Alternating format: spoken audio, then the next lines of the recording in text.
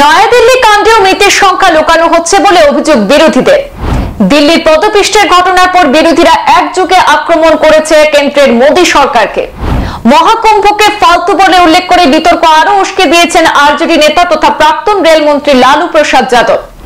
নয়াদিল্লি স্টেশনের ঘটনার জন্য কেন্দ্রের অসংবেদনশীলতাকে দায়ী করেছেন লোকসভার বিরোধী দলনেতা রাহুল গান্ধী। তবে কেন্দ্রের বিজেপি সরকার অবশ্য সেই দাবি উড়িয়ে দিয়েছে। বিরোধীরা যে এত কথা বলছেন, কেউ কি হাসপাতালে আহতদের দেখতে গিয়েছেন, জাননি বলে অভিযোগ করেছেন দিল্লির বিজেপির মুখপাত্র অজয় অলোক। নয়াদিল্লি স্টেশনে শনিবার রাতে পদপিষ্ট হয়ে মহিলা এবং শিশু সহ 18 জনের মৃত্যু হয়েছে। তারা প্রত্যেকেই মহাকুম্ভে যাবেন বলে প্রয়াগরাজে ট্রেন ধরতে চেয়েছিলেন। দিল্লির সেই ঘটনার পর বিরোধীরা একযোগে আক্রমণ করেছেন কেন্দ্রের মোদী সরকারকে। অভিযোগ করা হয়েছে যে নয়াদিল্লি স্টেশনে মৃতের আসল পরিসংখ্যান প্রকাশ করা হয়নি, মৃতের সংখ্যা নাকি লুকানো হচ্ছে। বিজেপি অবশ্য বিরোধীদের সেই দাবি উড়িয়ে দিয়েছে। এদিকে আরজেডি নেতা তথা প্রাক্তন রেলমন্ত্রী লালু প্রসাদ যাদব মহাকুম্ভকে ফালতু বলে উল্লেখ করে সেই বিতর্ক আরো একটু উস্কে দিয়েছেন। তিনি রেলমন্ত্রী অশ্বিনী বৈষ্ণবের এই ঘটনার দায় নেওয়া উচিত বলে বিহারের আরজেডি নেতা লালু প্রসাদ যাদব বলেন, ঘটনাটি অত্যন্ত দুর্ভাগ্যজনক। রেলের অব্যবস্থার জন্য এতগুলো মানুষ মারা গেলেন, রেলমন্ত্রীর এর দায় নেওয়া উচিত। এরপরেই বিতর্ক উস্কে দিয়ে লালু বলেন, কুম্ভের কোনো মানে আছে নাকি? কুম্ভ একেবারে ফালতু। এছাড়াও নয়াদিল্লি স্টেশনের ঘটনার জন্য কেন্দ্রের অসংবেদনশীলতাকে দায়ী করেছেন লোকসভার বিরোধী দলনেতা রাহুল গান্ধী। রাহুল গান্ধী বলেছেন, নয়াদিল্লি স্টেশনে পদপিষ্ট হয়ে এত মানুষের মৃত্যুর খবর খুব দুঃখজনক। তিনি মৃতদের পরিবারের প্রতি সমবেদনা জানান। আর এই ঘটনায় রেলের ব্যর্থতা এবং এই সরকারের অসংবেদনশীলতার প্রমাণ বলে উল্লেখ করেন তিনি আরো বলেন, এত মানুষ কুম্ভে যাচ্ছেন, নয়াদিল্লি স্টেশনের বন্দোবস্ত আরো উন্নত করার দরকার ছিল। অব্যবস্থা এবং অবহেলার জন্য যাতে আর কোনো প্রাণহানি না ঘটে, সরকার যেন তা নিশ্চিত করে সেই দাবি রাখেন রাহুল গান্ধী। কংগ্রেস সভাপতি মল্লিকার্জুন খার্গেও বলেন যে নয়াদিল্লি স্টেশনের ঘটনার জন্য যে সমস্ত ভিডিও দেখছেন তা অবশ্য অত্যন্ত হৃদয় বিদারক। মোদী সরকার নয়াদিল্লি স্টেশনে মৃতের সংখ্যা গোপন করার চেষ্টা করছে, এটা আরো লজ্জার। ছত্তিশগড়ের কংগ্রেসের বর্ষীয়ান নেতা ভূপেশ বাঘেল বলেন, এই ধরনের ঘটনা তো ঘটেই চলেছে, এর জন্য সরকারের অব্যবস্থাই দায়ী। কে এর দায় নেবে?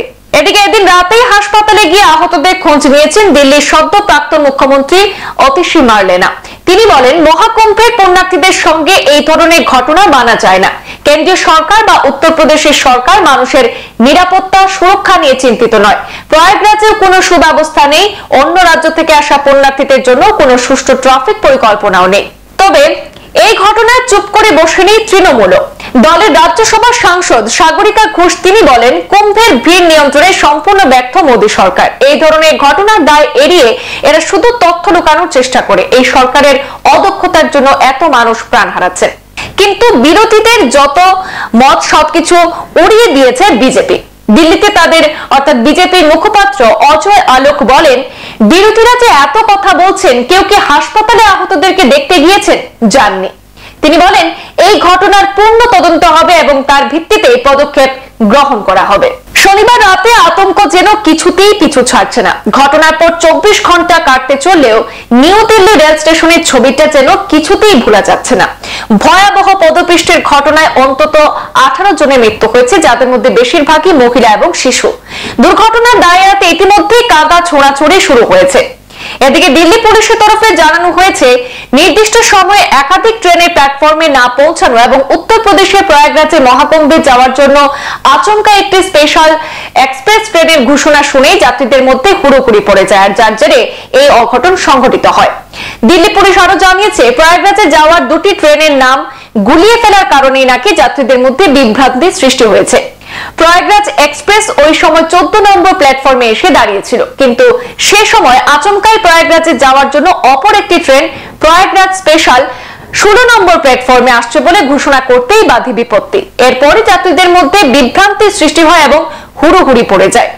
এছাড়াও দিল্লি পুলিশ আরো জানিয়েছে, প্রয়াগরাজে যাওয়ার আরো 4টি ট্রেনের মধ্যে 3টি নাকি তাদের নির্ধারিত সময় থেকে দেরিতে চলছিল, আর সে কারণে স্টেশনে ওই সময় ব্যাপক ভিড় হয়েছিল, যার ফলে পরবর্তীতে এই পদপিষ্টের মতো ঘটনা সৃষ্টি হয়। সংবাদ এই পর্যন্তই, ফিরছি পরবর্তী অন্যান্য আপডেট নিয়ে, সাথে থাকুন। ধন্যবাদ।